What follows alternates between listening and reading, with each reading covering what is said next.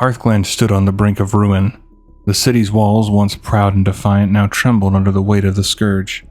Fires burned unchecked. Smoke drifted through the air like the breath of death itself.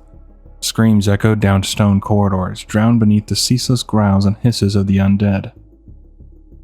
From atop a battered watchtower, a lone guard, bloodied but not broken, shouted into the chaos below. "General Abendis, Lady Abendis, prepare for another surge." The order cut through the pandemonium like a blade.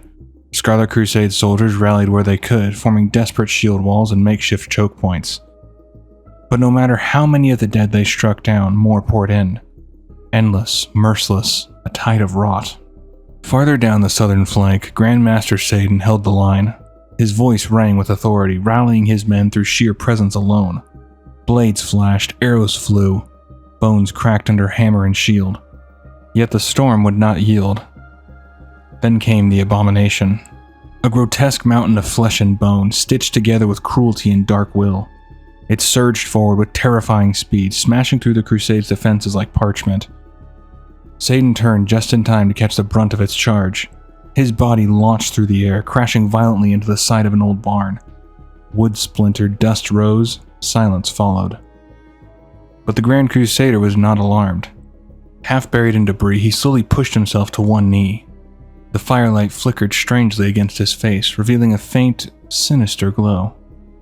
His right eye shimmered, purple, unnatural, burning with restrained power. As the abomination lumbered forward, uncertain but driven, Satan's voice emerged. Deeper now, colder. "Come closer, you witless oaf, and bear witness to the shedding of this pathetic mortal husk. Fleeting are the moments these days in which I may truly be myself." His form began to shift. What had once been man unraveled, coils of flesh giving way to shadow, armor falling like the shell of a discarded disguise. His hand reached out, graceful and inhuman, resting beneath the abomination's chin. The creature faltered, confusion, then fear. "That I may rend flesh, shed blood, and shiver bone. Not as the fallible mortal Dothrahand, but as the undaunted and redoubtable Nathrazim Balnazar, cheater of death, master of mortal pawns and bane of you rotting dead." And in that instant, the truth was made flesh. Balnazar, Dreadlord of the Burning Legion, stood revealed. With a roar and a surge of terrible strength, he seized the massive construct by the throat, lifting it from the ground as though it weighed nothing. A flash of motion, and then the earth shook. The abomination slammed into the dirt with enough force to shatter stone. Its twisted life snuffed out in an instant. The fight was over. Yet Balnazar staggered slightly. The damage from the initial blow lingered beneath the illusion of strength. He turned from the corpse, tendrils of smoke rising from his wounds, the battlefield still howling for blood. The battle had reached a fevered pitch. Within the battered courtyard of the bastion, Bridget Abendis turned toward the mages stationed above her on a tower, her voice cutting through the chaos like a blade. "Asilian, Doan, can you do anything to hold them back?" "We're doing everything we can," came the reply, sharp, strained, and nearly drowned out by the sound of clashing steel and crumbling stone. The scourge had breached the outer defenses. Now, like a flood loosed from a shattered dam, they poured over the walls with no end in sight. Her blade slick with gore, her mind already calculating their next fallback point. She didn't see the shadow moving behind her, swift, silent, death given form. But her father did. General Abendis' voice rang out, not in command, but in desperation. "Bridget!" he shouted, already moving before the words left his mouth. He surged forward, closing the distance in a heartbeat. There was no time. The undead blade found its mark. It plunged deep into the general's chest, just as he shoved his daughter aside. The breath left him in a ragged gasp as blood bloomed through the armor. "No!"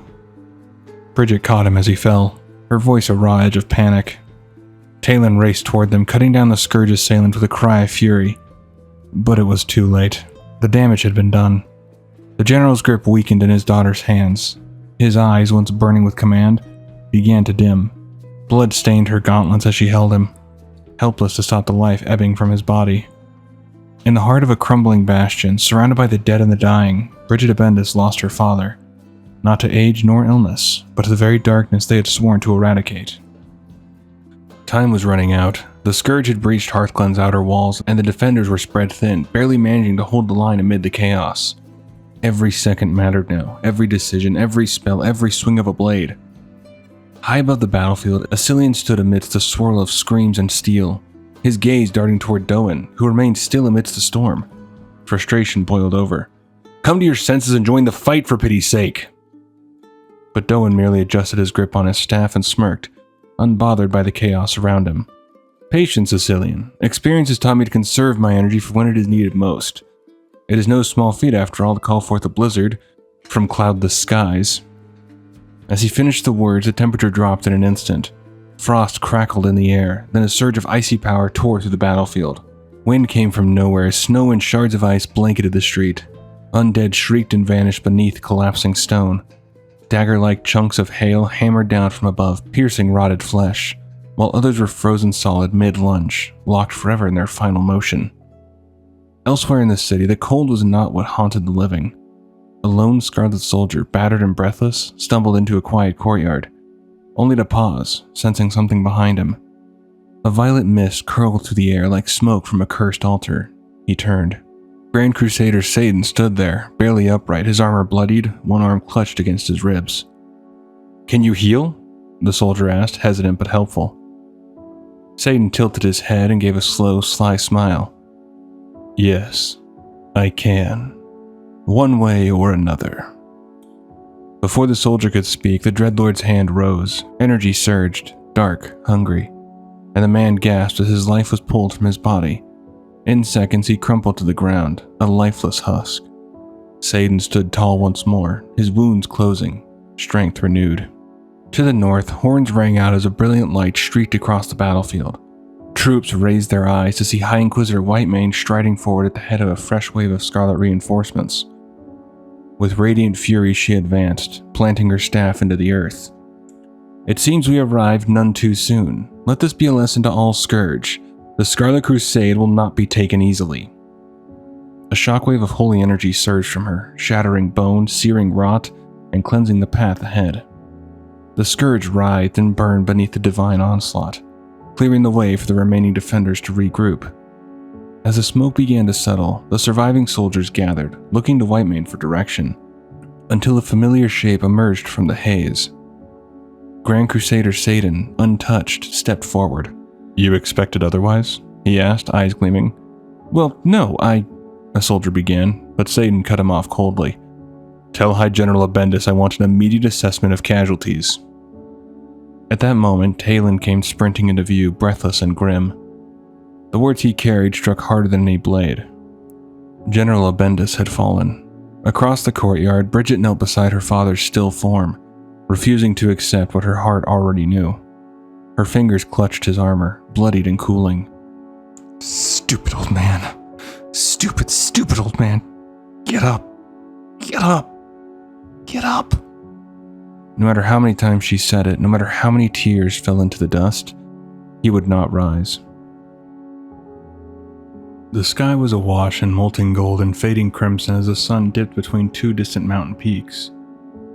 Darion Mograine sat upon a high grassy hill, the wind gently tugging at his cloak, his gaze locked on the horizon. Beside him sat Fairbanks, his expression calm, content. Together they watched the days end in silence, two weary souls resting between the past and whatever future might remain. "It's beautiful, isn't it, Fairbanks?" Darion said quietly, his voice barely above the breeze. "It is indeed, Master Darion. Even I can't complain about a view like that." Darion exhaled slowly, his eyes reflecting the fading light. "I only wish Dad were here to see it. He loved sunsets. I would watch him sometimes when I was very young, watch him as he stared out the window. He would say that in those moments he felt at one with the light. But the light never spoke to me as it did to him. To me it always felt distant, just outside my grasp." Fairbanks turned slightly, offering a soft smile. "The light touches each of us in its own way." Darion nodded absently, but shadows clung to his expression. "Dad said we all have a purpose. I have no idea what my purpose is. I've bungled everything. I should have listened to Maxwell when he told me what you said about Renault. I shouldn't have taken the sword to the monastery. His voice cracked as his frustration surged. Fairbanks placed a steadying hand on his shoulder, his tone gentle but firm. Beware of regret, Darion. It's a plague all its own. There are too many things you couldn't have known. Darion dropped his gaze, plucking a small flower from the grass. He turned it slowly between his fingers, then looked at Fairbanks with quiet resolve. I won't give up on him, Fairbanks. I'll see to it that his soul be redeemed. That's the spirit, Fairbanks replied warmly.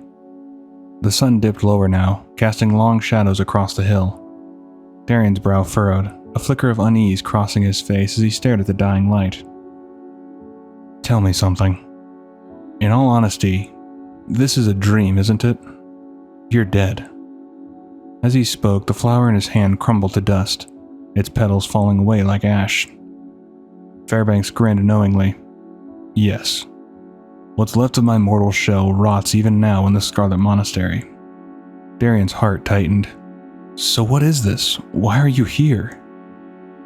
The light touches each of us, in its own way. You said that. Fairbanks nodded, then spoke with sudden clarity. Seek out Tirion Fordring, in exile, where the Thondoro River flows into the Plaguelands. For what purpose? Darion asked, the weight of destiny creeping into his voice. Stay your course, Master Darion. I must take my leave, before it grows dark. No, wait! Darion reached toward him, but the world around him was already fading. And then he awoke.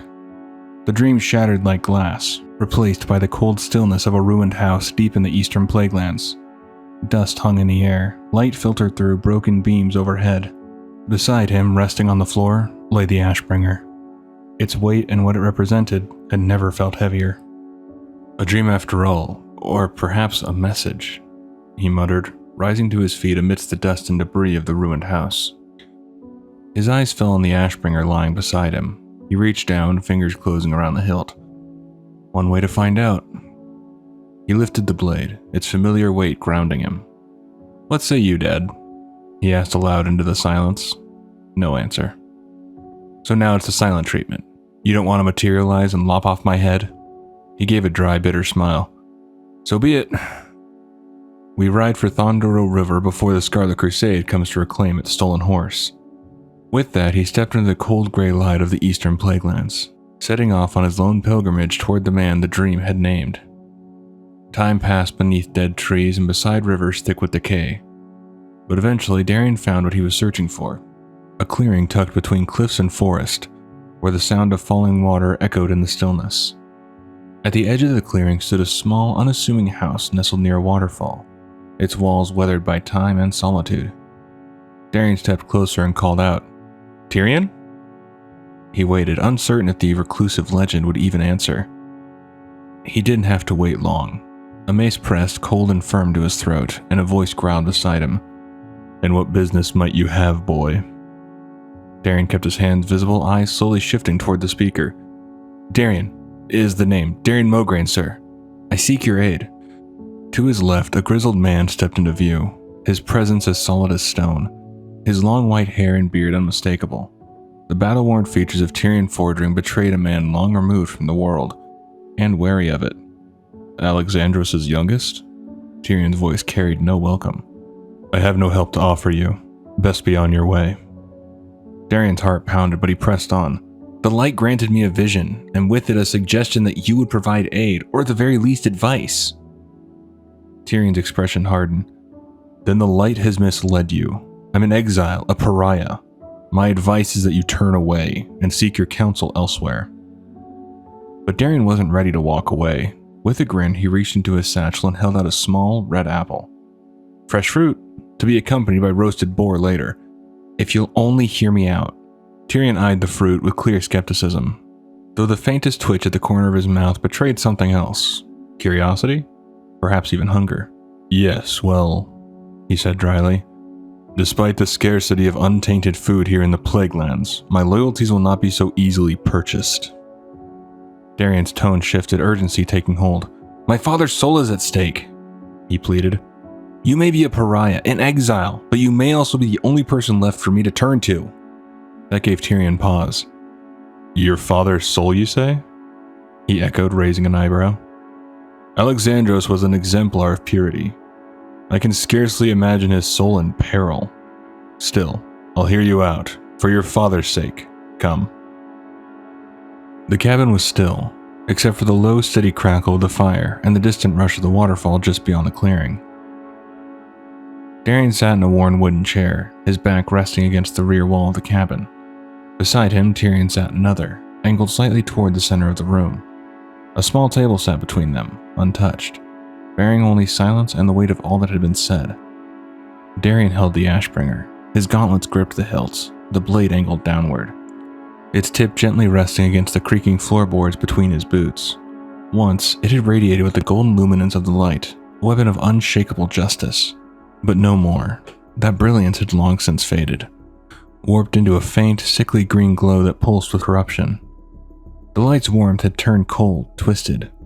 The weapon felt heavier now, not just in steel, but in memory, guilt, and failure. Tirion had listened to everything, the dream, the vision, the scourge, the soul. Now at last he spoke. Your tale is disturbing, to say the least, if Alexandros' spirit and the sword are linked as you say. When I was judged, when I was stripped of my rank and my station, I feared that the light had abandoned me. But the light cares little for the judgment of men. He leaned forward, casting a wary glance at the glowing blade. Slowly, respectfully, Tirion extended his hands. Darion hesitated, then relinquished the Ashbringer. Tirion took the weapon in both hands, holding it close. He closed his eyes. By the grace of the light, let me see what others cannot. He remained still for several long moments, the silence between them broke only by the fire's quiet hiss. But no peace came to him, no revelation, only a tightening of his brow and a hardening of his jaw. With a frustrated grunt, Tirion abruptly rose from his chair and drove the Ashbringer down into the wooden floor with a harsh thud. The sword is corrupted, and there is a soul trapped within. If it is truly that of Alexandros, I fear there is nothing left of him. Darion's breath caught. Meaning? Meaning your father's spirit is forfeit, boy. You've done all you can, best now to let it go. The words were a hammer to his chest, but Darion refused to yield to them. Darion pleaded with him, but Tirion ignored the plea and said, That tabard you wear, it is not that of the Scarlet Crusade. What is it? A new order, Darion answered, steady despite the pain.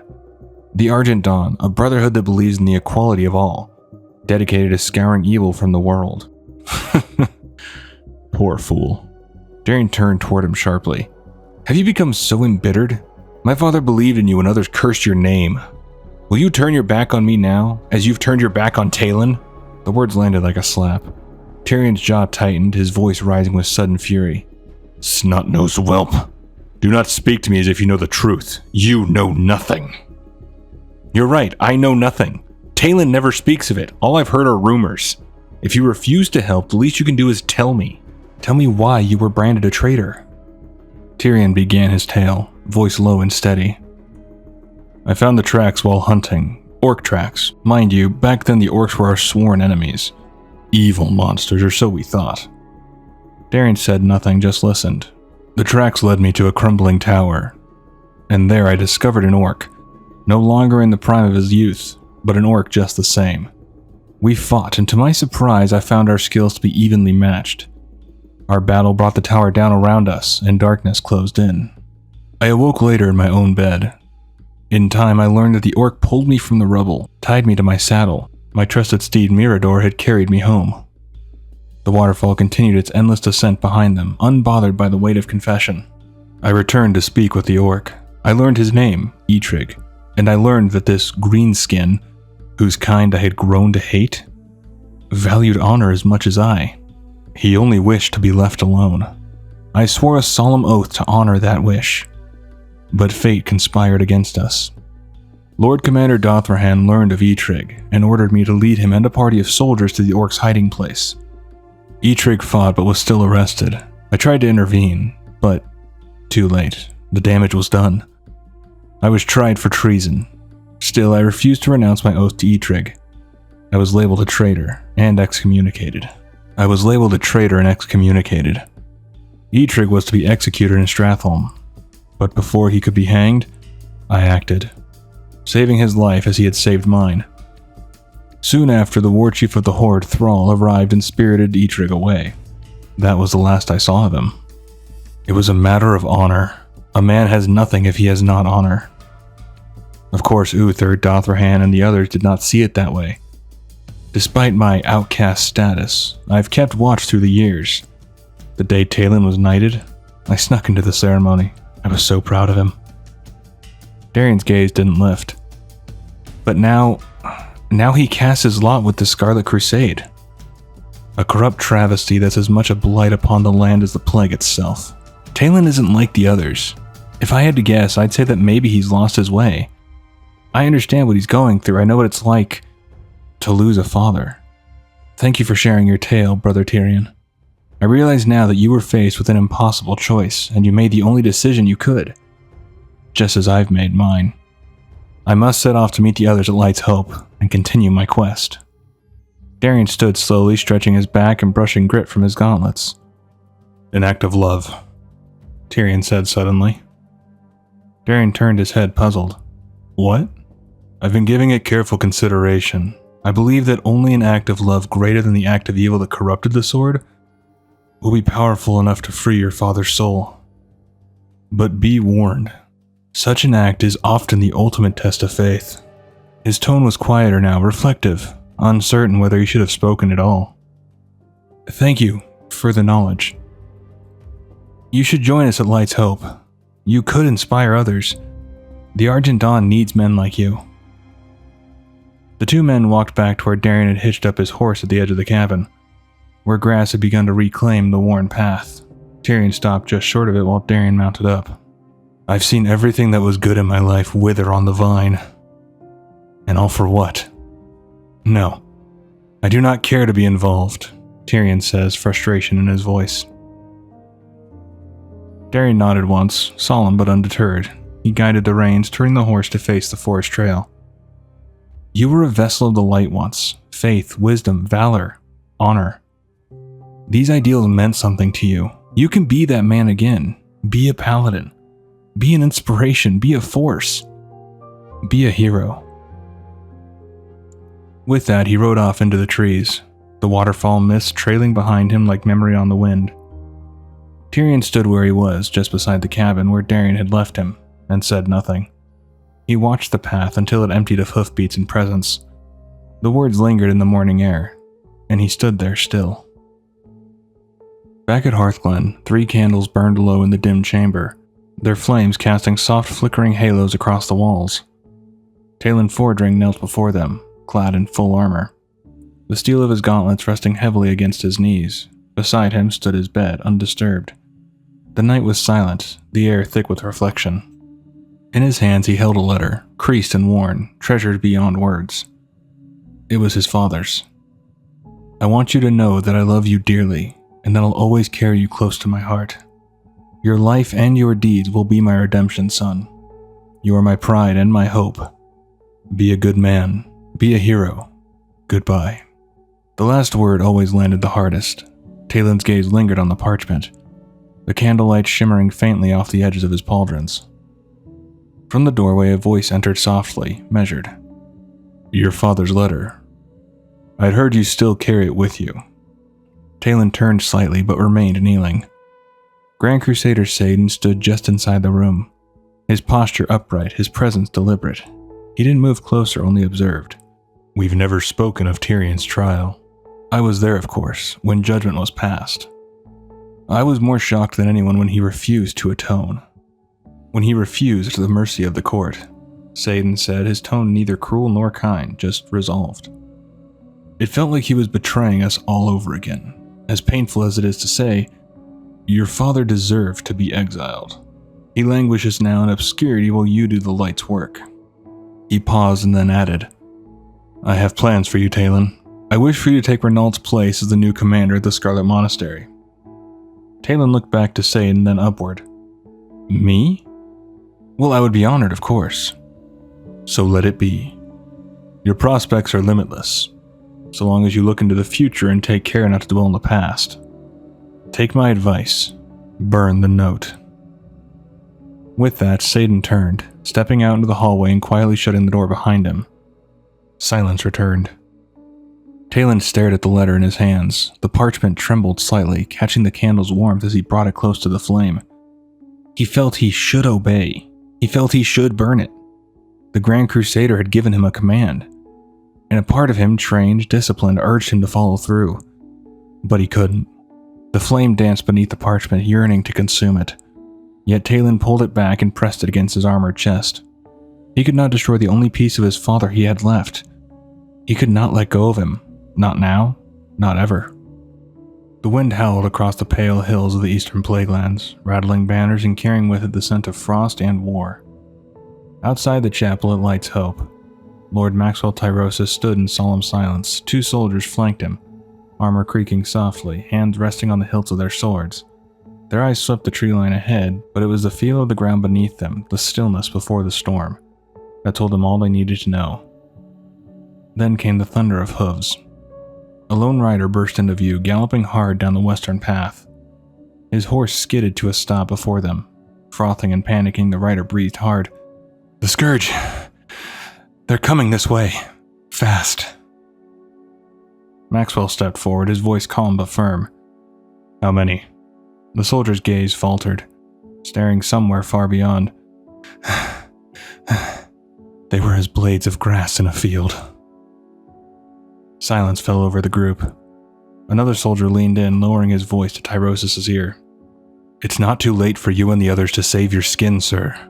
There's still time to make tracks." Maxwell didn't blink, his eyes remained fixed westward. "You've guarded the secret of Light's Hope well, Brother Briggs, but it appears to be a secret no longer. It's up to all of us now to protect what lies beneath." He stepped forward, voice rising like a battle banner catching the wind. "Knights, soldiers, Templar, gather round. You've all been told what is at stake. Should any of you wish to depart, now is the time." He paused, scanning their faces, blood elves, humans, dwarves, night elves, even former enemies now standing shoulder to shoulder. Maxwell nodded, pride burning in his chest. "No one? Stand with me then, brothers and sisters, and together, Horde, Alliance, Night Elf, Blood Elf, we shall win the day. For each of you possess that which our enemy does not, the fervently beating heart of a warrior." A resounding cheer rose up from the defenders, shaking the air like thunder. Then a familiar voice rang out above the clamor. "You've prepared quite the welcome for me, Brother Maxwell." Maxwell turned, face lighting with joy. "Darion, Light be praised, you're safe." Darion approached on horseback, his armor dulled by war and dust, the Ashbringer slung across his back, its corrupted glow faint and sickly green. As he neared, he dismounted with a fluid motion. Maxwell stepped forward, his expression shifting.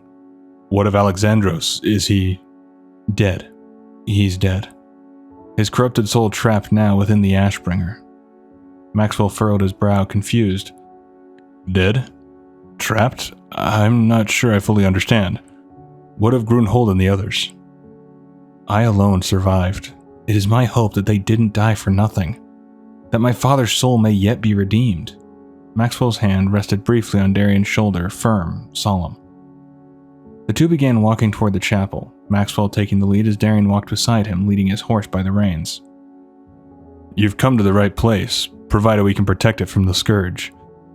Even now they array themselves against us." Darion glanced toward the distant hills. "But why? What does the Scourge want from some tiny chapel in the middle of nowhere?" "It's precisely the chapel's remote location that made it the perfect choice." "For what?" Darion asked. Maxwell nodded forward.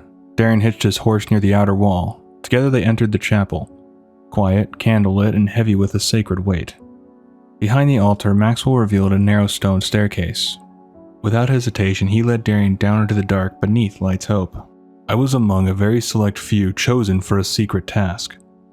After Arthas killed his father, our beloved king, and the Scourge rampaged through Lordaeron and Capital City, it was decided that our honored dead must not be left behind, abandoned only to later bolster the ranks of the Lich King's army." Their boots echoed against cold stone as they reached the bottom. Maxwell lit a torch and touched it to a basement of accelerant. Flames leapt forward, racing down the long corridor, illuminating a vast underground chamber. A hall lined with towering arches stretched ahead, the floor flanked by stone coffins. And so we took the bodies out of the cemeteries and the catacombs. Bodies of warriors, priests, paladins, champions of battles long past. And we transported them here, to this small, out-of-the-way chapel, where we interned them once more in sacred ground, 1,000 of the bravest souls to walk the earth. Yet should they fall into the hands of the Scourge, they would be raised into the Lich King's service, Darion said. Yes, cogs in an unstoppable machine of destruction. Darion's voice grew firm. I see now why so many wait outside ready to fight. It'll be my honor to take my place among you.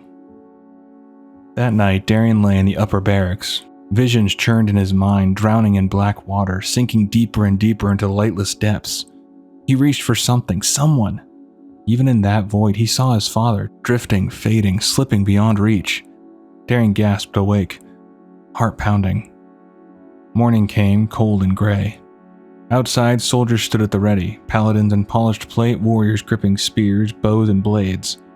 The rising sun did little to cut through the fog. Then came the call from the outer perimeter. To arms! To arms! The hour is upon us! And the battle for Light's Hope was about to begin. They advanced without pause, an army of the dead, tireless and unrelenting, sweeping across the land like a pestilence. They required no sleep, no food, and they had no mercy. Only purpose. Each clattering footstep, each rattling groan, carried them relentlessly toward their long-sought prize. The land behind them withered into lifeless silence. Ahead stood the last sanctuary, and they would have it. Light's Hope Chapel shimmered on the horizon, but the undead drew near. Then, without warning, the battle truly began.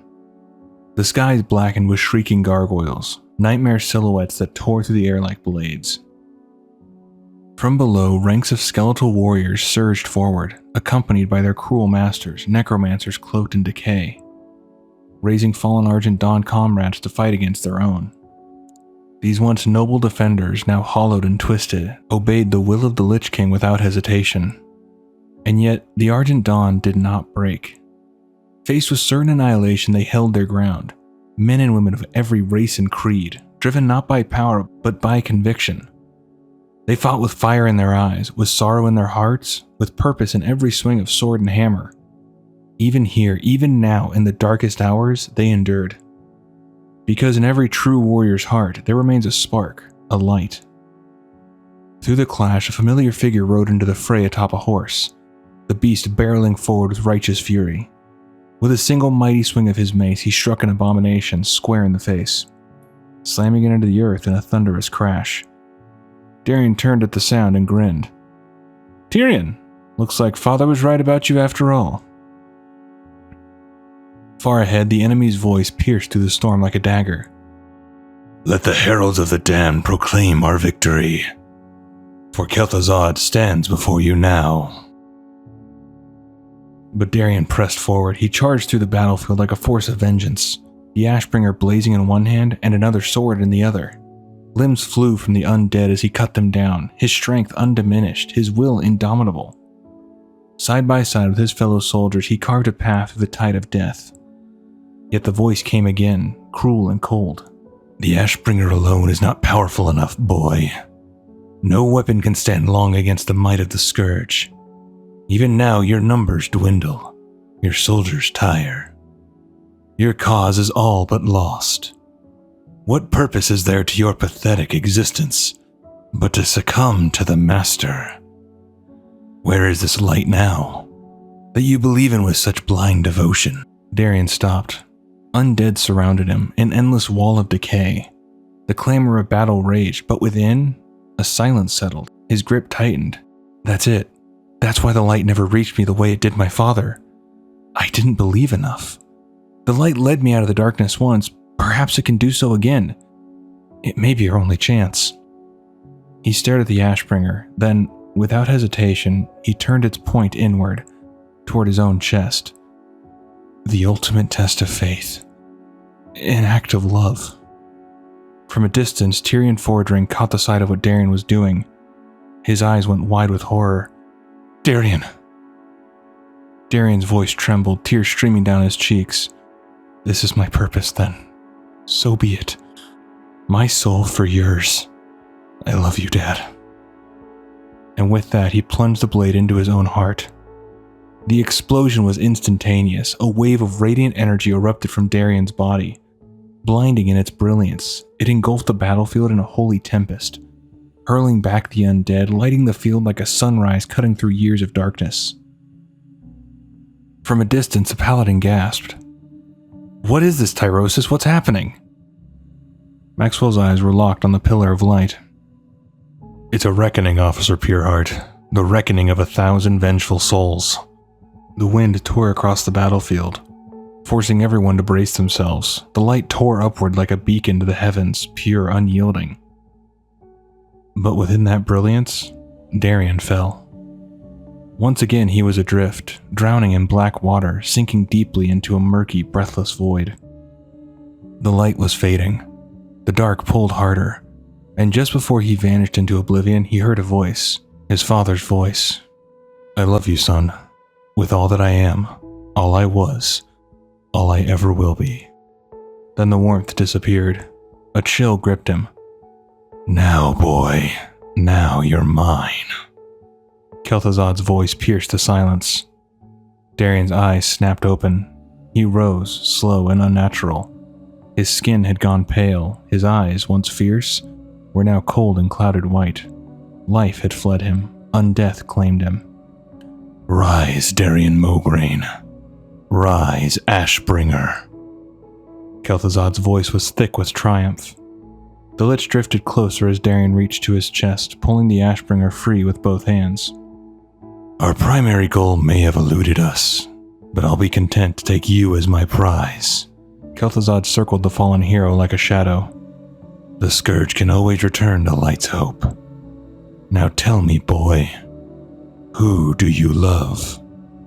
Darion's lips parted, but they held no warmth, no soul. No one, he said coldly. And although Darion could no longer hear it, a voice echoed in that sacred place, a voice of light among the silence of the dead. My soul will forever bear the weight of your sacrifice, my son.